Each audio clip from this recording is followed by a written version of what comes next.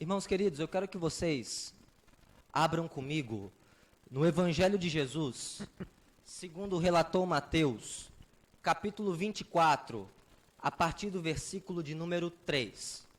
Evangelho de Jesus, segundo relatou Mateus, capítulo 24, a partir do versículo de número 3. Irmãos, certa feita, Paulo e Silas formavam uma dupla missionária. E eles estavam pregando na cidade de Filipos, uma cidade antiga da Grécia. E ali eles se encontraram com uma mulher que estava endemoniada, chamada Lídia. Paulo e Silas, aqueles dois homens santos, então expulsam o demônio daquela mulher. E muitos homens na cidade de Filipos, eles ganhavam dinheiro às custas das adivinhações daquela mulher. Então, eles ficam irados com aqueles dois homens. A Bíblia diz que eles são levados pelados para a praça pública. Ali eles são amarrados em um poste. A Bíblia diz que eles são fustigados e eles recebem muitos açoites naquele dia.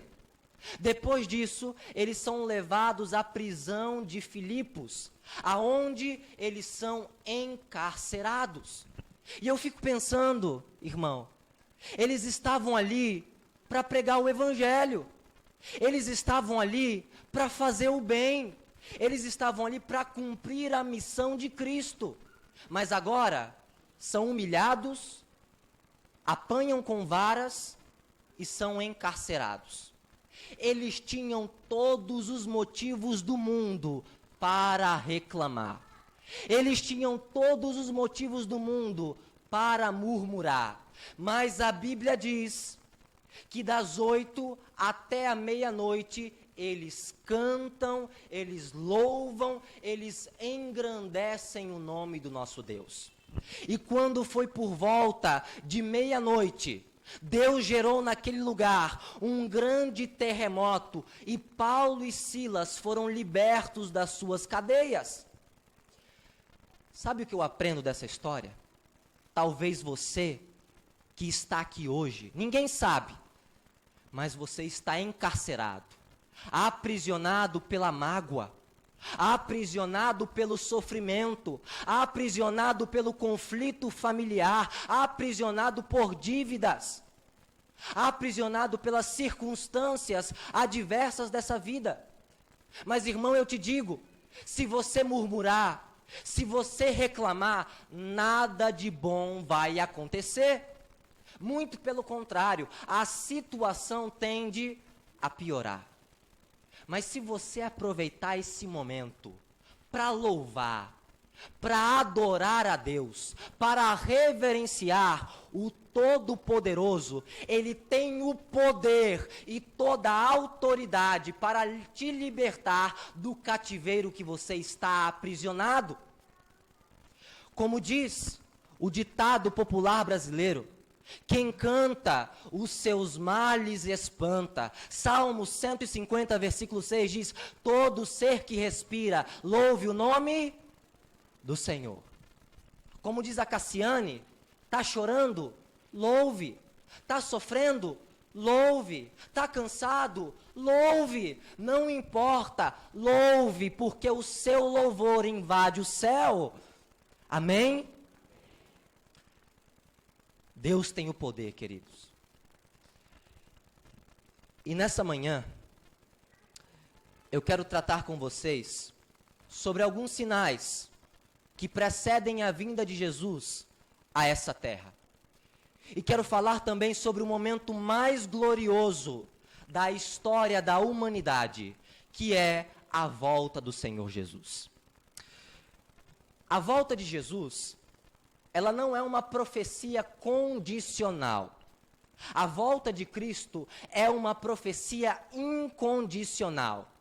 Ela irá acontecer, quer eu esteja preparado, quer não esteja preparado.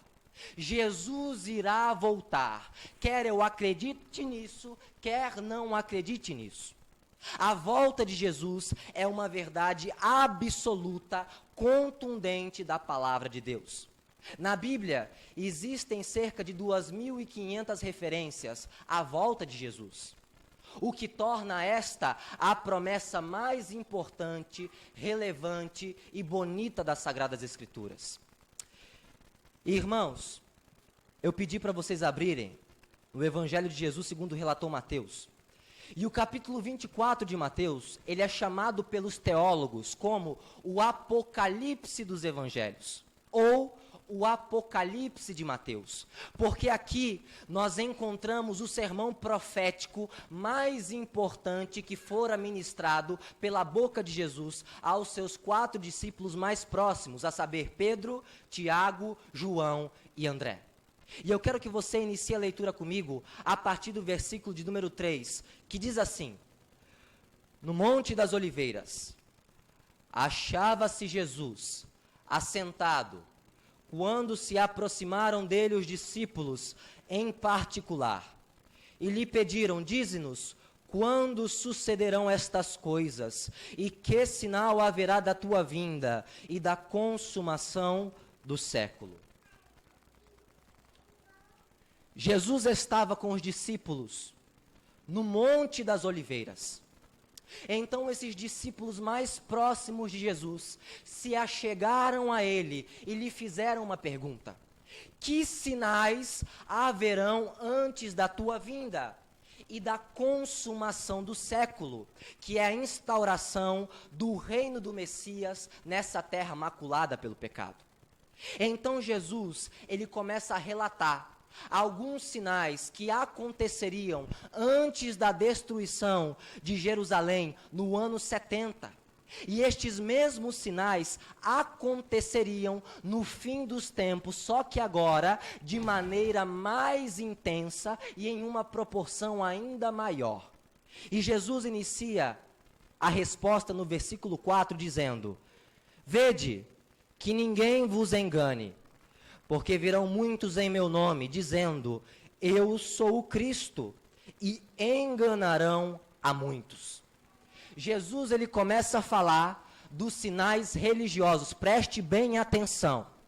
Nesse momento, nessa igreja, existe um grande conflito. Deixa eu dizer uma coisa para vocês. 2 pessoas conhecem esse sermão, na verdade 3. Eu conheço essa pregação. Deus conhece essa pregação. E sabe quem mais conhece aquilo que eu vou pregar aqui hoje? Satanás. A irmã White, no livro Grande Conflito, ela diz que Satanás dispensa os seus anjos para estudar o sermão do pregador, assim como ele estuda, apenas para atrapalhar a congregação. Então nós estamos aqui em um grande conflito.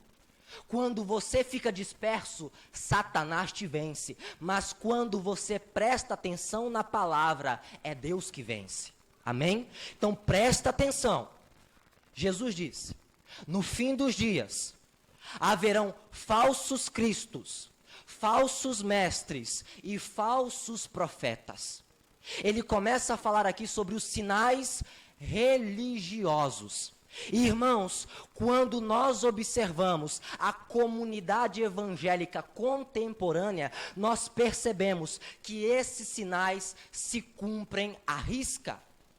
Existem milhares e milhares de falsos profetas e de falsos mestres nos nossos dias.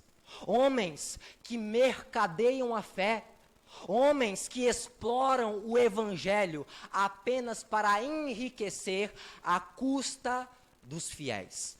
E eu poderia citar aqui um monte de falsos profetas para vocês, mas por ética eu não vou dizer. E eu me lembro agora do que disse o grande teólogo do século XX, Leonard Ravenhill. Ele disse assim: Jesus não veio à terra para enriquecer o homem. Jesus veio a essa terra para ressuscitar homens que estavam mortos espiritualmente. Jesus não veio para dar ouro, Jesus não veio para dar prata, Jesus não veio para dar dinheiro, Jesus veio para dar salvação e libertação através do poder do Evangelho, amém? Esse era o ministério de Jesus. Não teologia da prosperidade, teologia da autoajuda, teologia do triunfalismo. Tudo isso é fruto dos hereges que são movidos pelo próprio Satanás. E Jesus disse também que no fim dos dias haveriam falsos cristos. O grande evangelista Billy Graham, pregando em 1986 em Amsterdã, ele afirmou que só em Los Angeles, no ano de 1986, 400 homens afirmavam com convicção ser a reencarnação de Jesus. Só em Los Angeles. Existem diversos falsos cristos no nossos dias. Existem falsos cristos em todas as nações, na Europa, na Rússia, na Índia, na Austrália, inclusive aqui no Brasil, o tal do Henri Cristo e tantos outros. E queridos, essa profecia de Jesus, ela tem se cumprido à risca. E nós devemos atentar para as palavras de Jesus. Jesus continuou dizendo, no versículo de número 6, e certamente ouvireis falar de guerras e rumores de guerras. Vede, não vos assusteis, porque é necessário assim acontecer, mas ainda não é o fim. Jesus agora começa a falar sobre os sinais que haveriam na sociedade. Guerras, rumores de guerras, nação contra nação e reino contra reino. Deixa eu dizer algo muito importante para vocês.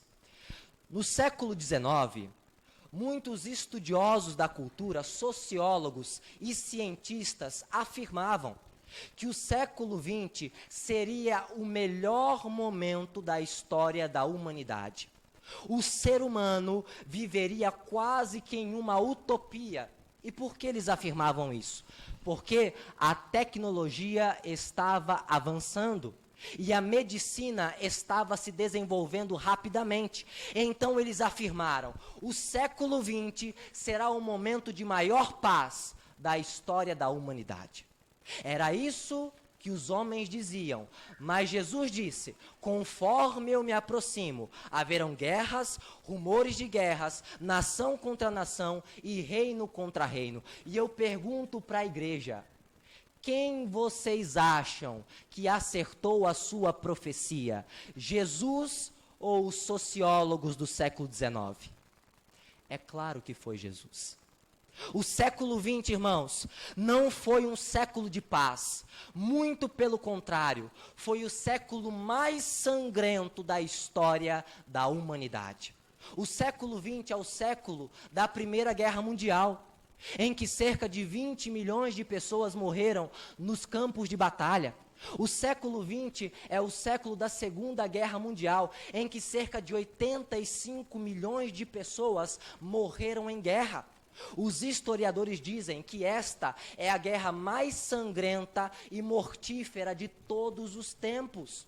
O século XX é o século do comunismo, de Stalin, de Trotsky, que matou mais de 30 milhões de pessoas. O século XX é o século do nazismo, que fora liderado por Hitler, que matou a milhares e milhares de judeus nos campos de concentração.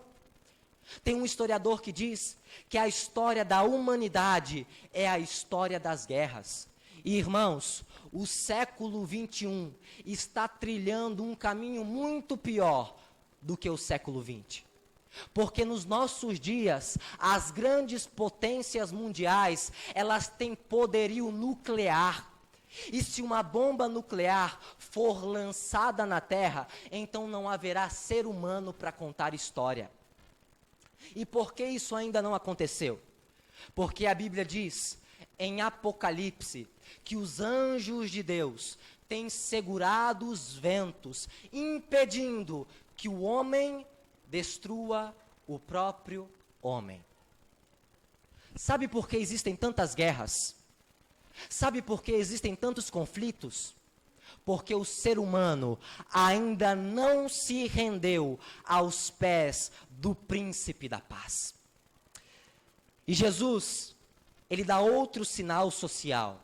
Ele diz: no fim dos tempos haverá fomes. Deixa eu dar uma estatística para você. Diariamente, 8.500 crianças morrem ao redor do mundo na miséria, porque não tem um prato de comida para poder comer. Milhões e milhões estão desabrigados. Milhões e milhões estão refugiados. Milhões vivem em uma situação quase semelhante à escravidão. Milhões e milhões vivem abaixo da linha de pobreza.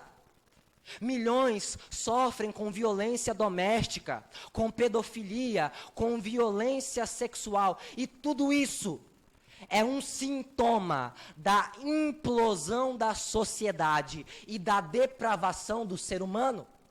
Jesus disse que no fim dos dias a iniquidade iria se multiplicar e o amor de muitos iria o quê? Se esfriar. E nos nossos dias, irmãos, o amor não está frio. Nos nossos dias o amor está congelado. Virou uma grande pedra de gelo. Anualmente, o ser humano movimenta bilhões e bilhões na indústria pornográfica. Anualmente, o ser humano movimenta bilhões e bilhões na indústria armamentista. E eu pergunto, indignado, aonde estão esses bilhões para dar assistência a essas crianças que morrem de fome na miséria porque não tem um prato de comida para poder comer?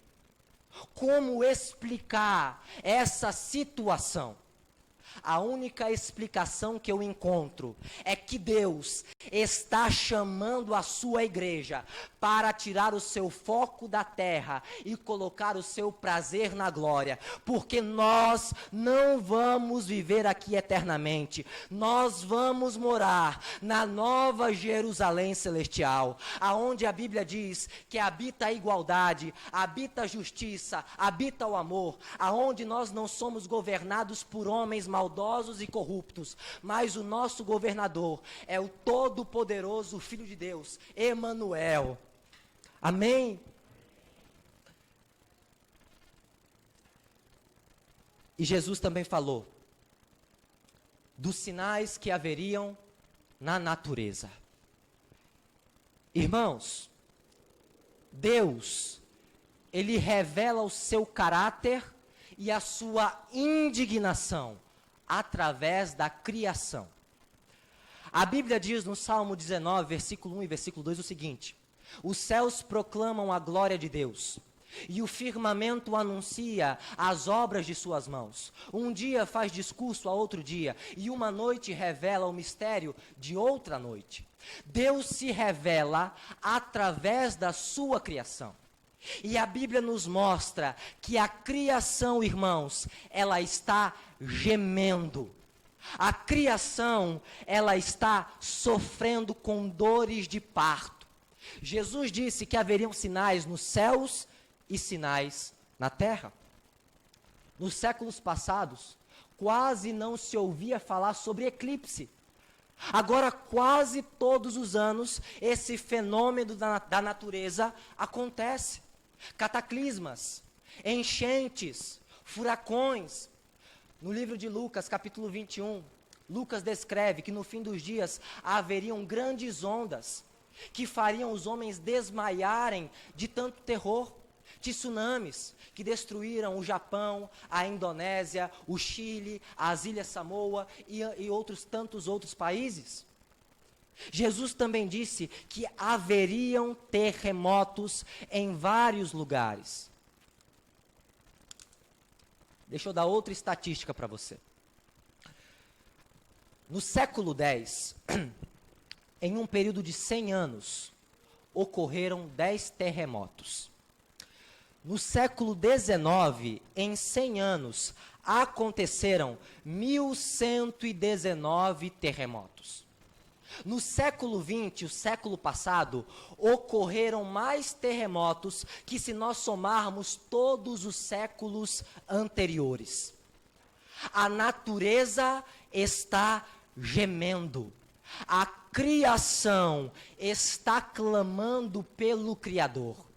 Se você é aquele tipo de pessoa que não acredita em pastor, que não acredita em evangelista, que não acredita em pregador, não precisa acreditar em mim.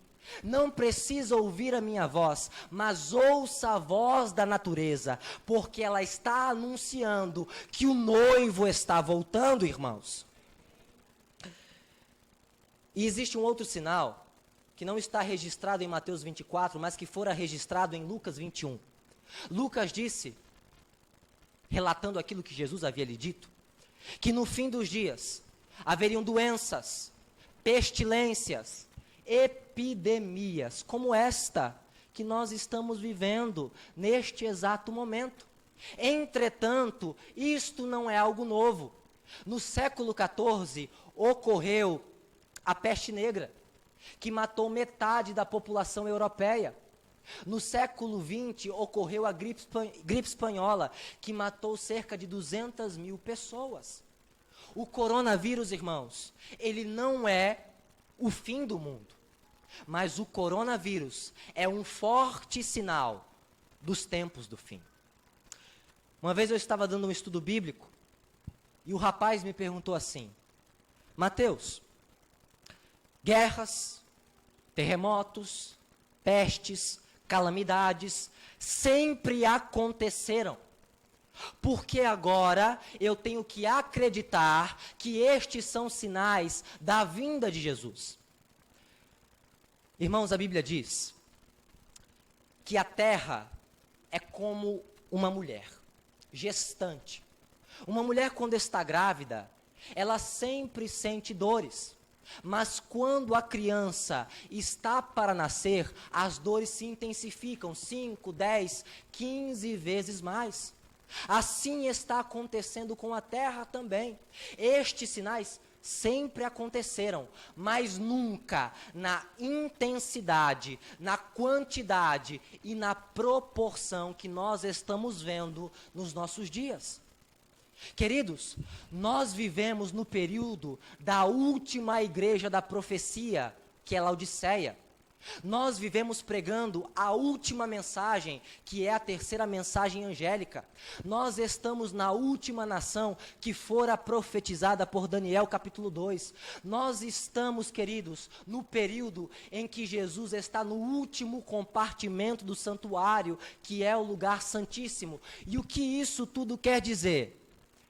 Isso quer dizer que ainda nessa geração, estes olhos, pecadores e carnais, hão de ver o Filho de Deus rasgando as nuvens do céu, com poder e com muita glória. E Jesus, ele continua. Eu já estou terminando. Jesus disse: então sereis atribulados, e vos matarão. Sereis odiados de todas as nações, por causa do meu nome. Nesse tempo, muitos hão de se escandalizar, trair e odiar uns aos outros. Jesus disse que quando ele estivesse próximo da sua vinda, os cristãos seriam perseguidos. E essa perseguição, ela já está acontecendo na África, no Oriente Médio, nos países comunistas. Outro dia eu li uma reportagem que dizia o seguinte, que na África uma igreja foi queimada e os africanos cristãos estavam lá dentro.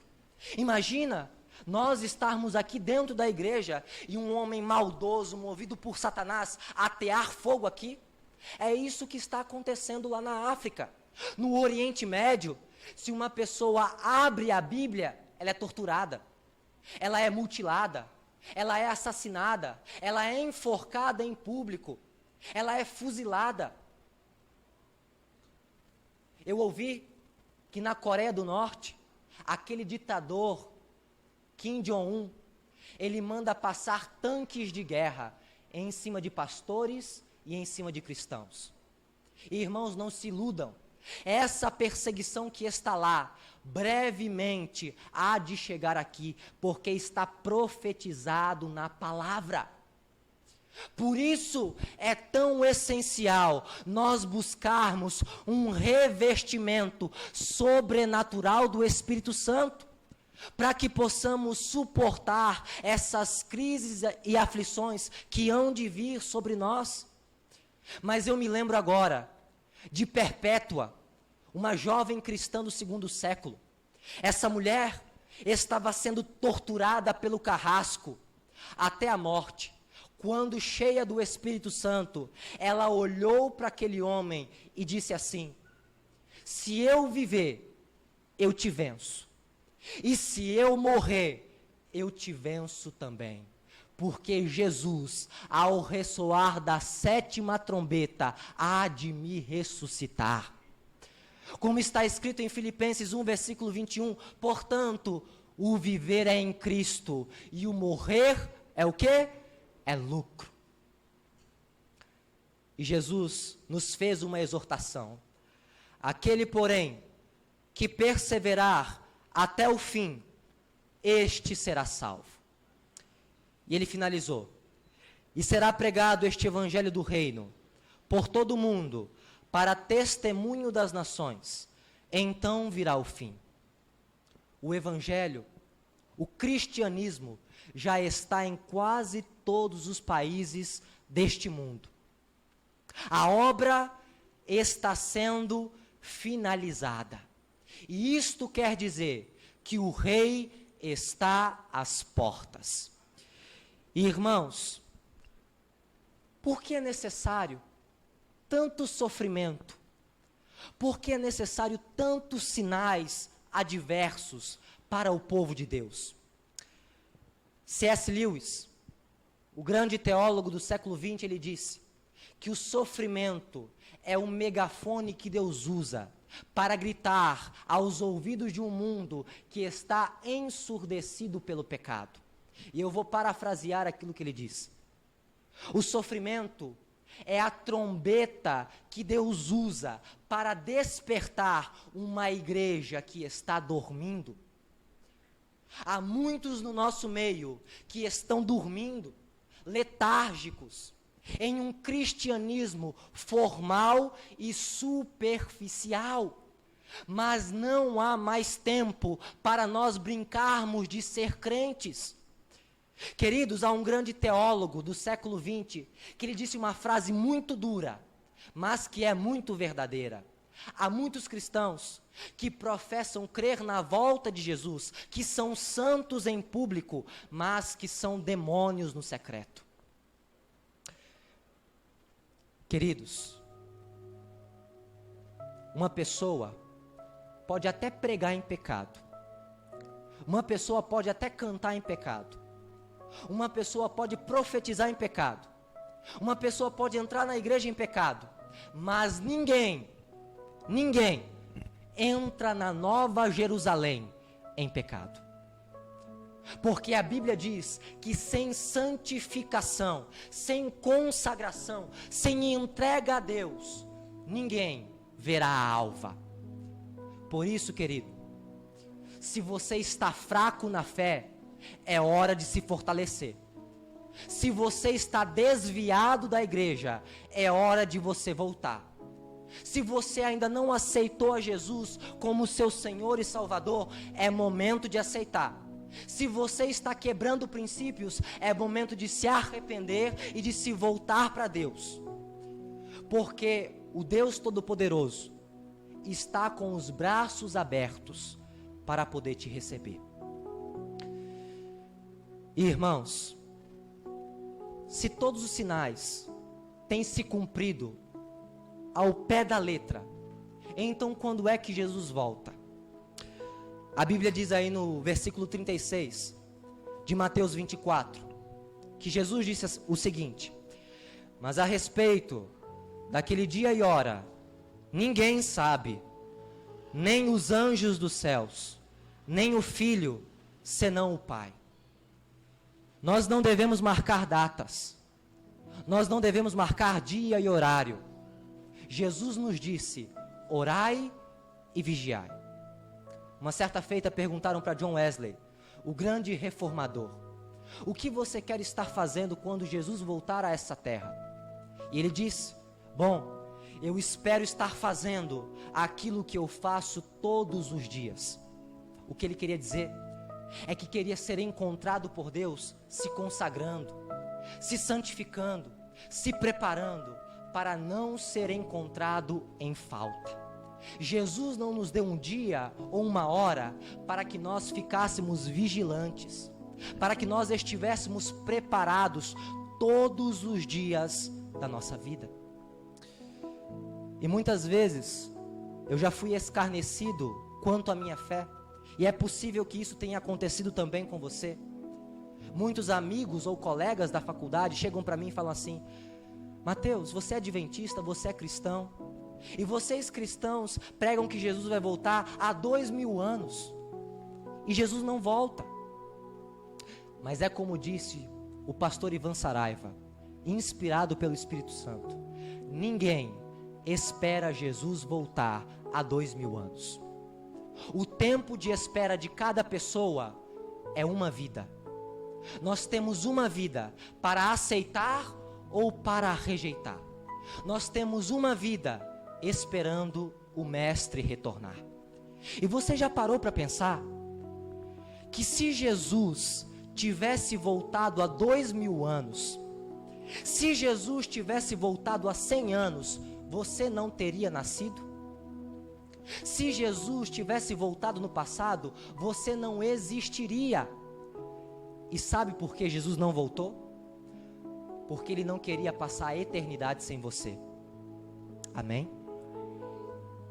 Sabe por que Jesus não voltou ainda? Porque tem muitas pessoas que ainda não voltaram para Jesus. E Ele está esperando, com os braços abertos. A Bíblia diz, lá em Apocalipse, que a nova Jerusalém celestial, ela mede 12.000 estádios. Alguns matemáticos fizeram o cálculo da área da nova Jerusalém celestial. E eles chegaram à conclusão que essa cidade cabe 39 bilhões de pessoas. Quando Jesus disse que na casa de meu pai há muitas moradas, Ele não estava brincando. Queridos, há espaço para cada um de nós na nova Jerusalém celestial. Queridos, o coração de mãe é como o coração de Deus. Sempre há espaço para mais um. Mas a pergunta é, será que há espaço para Deus no trono do nosso coração?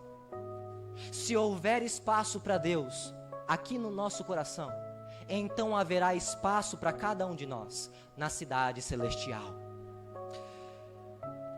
E o último versículo dessa manhã